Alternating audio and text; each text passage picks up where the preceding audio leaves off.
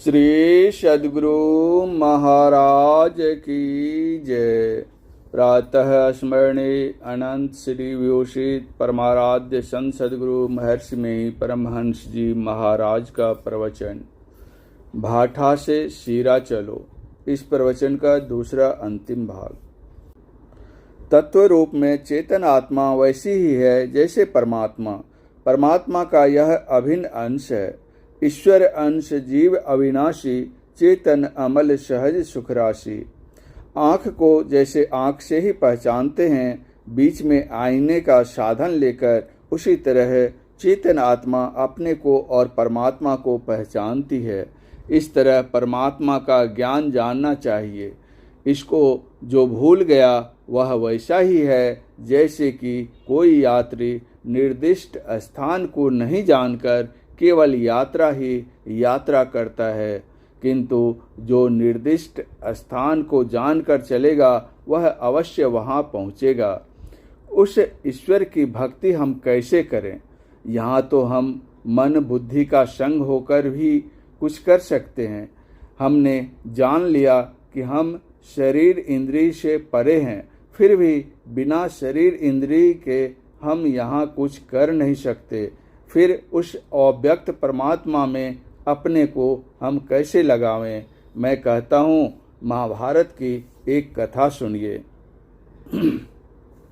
महाभारत के मैदान में पांडव 5 भाई बचे और दुर्योधन वगैरह सभी मारे गए। बहुत दुख की बात हुई कि घर में और पुरुष लोग कोई नहीं रहे, विधवा स्त्री ही स्त्री घर में रह गई।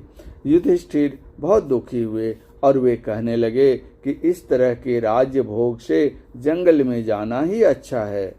विधवाओं के करुण क्रंदन को सुनने की अपेक्षा जंगल के जंतुओं की आवाज़ सुनना ही अच्छा है।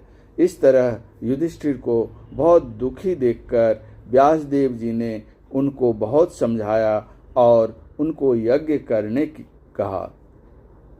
युधिष्ठिर बोले, मेरे पास धन कहाँ जो मैं यज्ञ करूं? अधीनस्थ राजाओं के धन भी इसी युद्ध में समाप्त हो गए। व्यासदेव जी ने कहा, मैं तुमको बताता हूँ। राजा मरुत ने यज्ञ किया था और ब्राह्मणों को दान दिया था। वह धन इतना अधिक था कि वे लोग सब ले जा न सके। वह धन हिमालय की अमुक जगह में गड़ा है, वहाँ जाने का अमुक रास्ता है। उस रास्ते से जाओ तो वहाँ धन मिलेगा और तुम उसे ले जा आकर यज्ञ करो।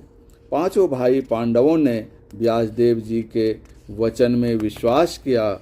व्यासदेव जी के बताए अनुष्ठान से अव्यक्त धन में मन लगाकर कर्म किया और व्यासदेव जी के बताए मार्ग से चलकर उस अव्यक्त धन को प्राप्त कर यज्ञ किया।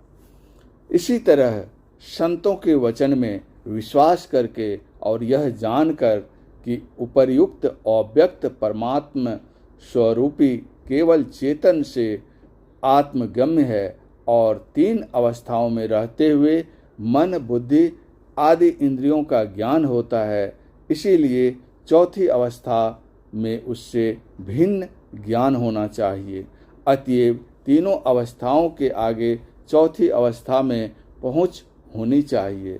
3 अवस्था तजहु भजहु भगवंत, मन क्रम वचन अगोचर, व्यापक व्याप्य अनंत। गोस्वामी तुलसीदास जी। चौथी अवस्था में जाकर संसार और शरीर का ख्याल नहीं रहता है। बहिर्मुख से अंतर्मुख होने का यत्न गुरु से जो जानता है और करता है तो केंद्र में केंद्रित होता है, उसको ज्योति मिलती है और ज्योति मिलने पर फिर नाद की अनुभूति होती है। ना नाद सदृशो लयः, शिव संगीता। मन में बहुत तरंग है, सभी तरंग नाद में समाप्त होते हैं। नाद बिंदु उपनिषद में लिखा है, मकरंदं पीवन भृंगो गंधानपेक्षते यथा, नादासक्तं सदाचितं विष्यं न हि कांक्षति। बुद्धः सुनाद गंधेन संत्युक्त चापलः।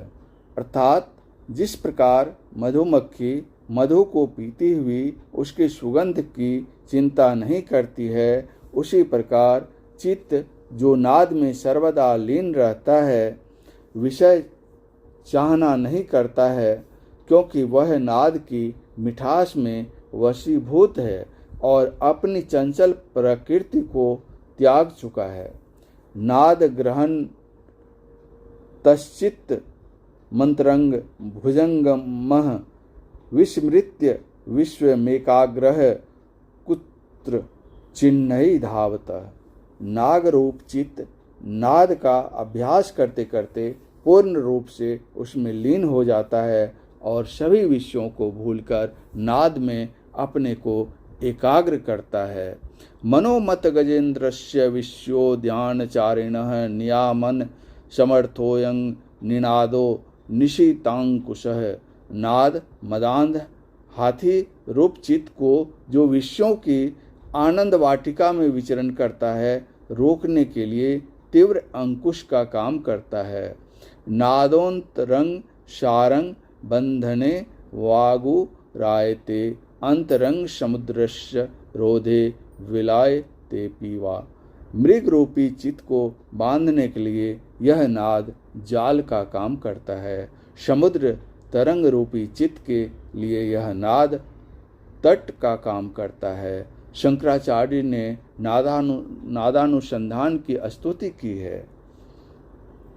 नादानुसंधान नमोस्तु तुभ्यं त्वा मन महेत तत्व दलयानां भवत प्रसादात् पवनेन शाकम विलीयते विष्णु पदे मनो में। हे नादानुसंधान, आपको नमस्कार है।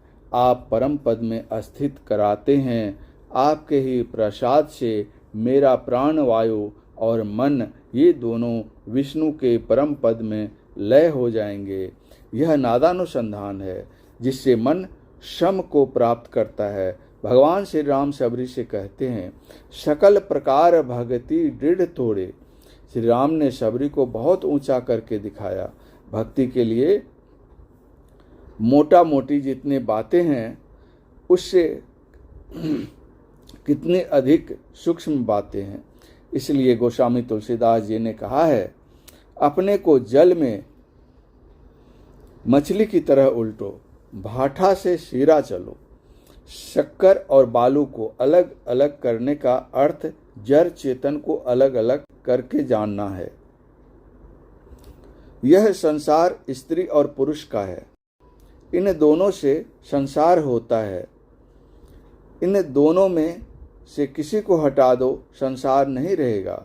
ये दोनों अच्छी तरह अपने को नहीं रख सकें तो संसार में भ्रष्टाचार फैल जाएगा, और दोनों अच्छी तरह रहें तो संसार से भ्रष्टाचार चला जाएगा। स्त्रियां पातिव्रत्य धर्म का अंग अंग पालन करें और पुरुष भगवान श्री राम की तरह एक पत्नी व्रत वाला बने। आज देश में भ्रष्टाचार बहुत है। पहले पराधीनता के कारण दबे थे, आज भी ज्ञान का पूरा विकास नहीं हुआ है। देश के बड़े बड़े लोगों ने बहुत कष्टों को झेलकर स्वराज्य प्राप्त किया। स्वराज्य हुआ लेकिन सुराज नहीं हुआ।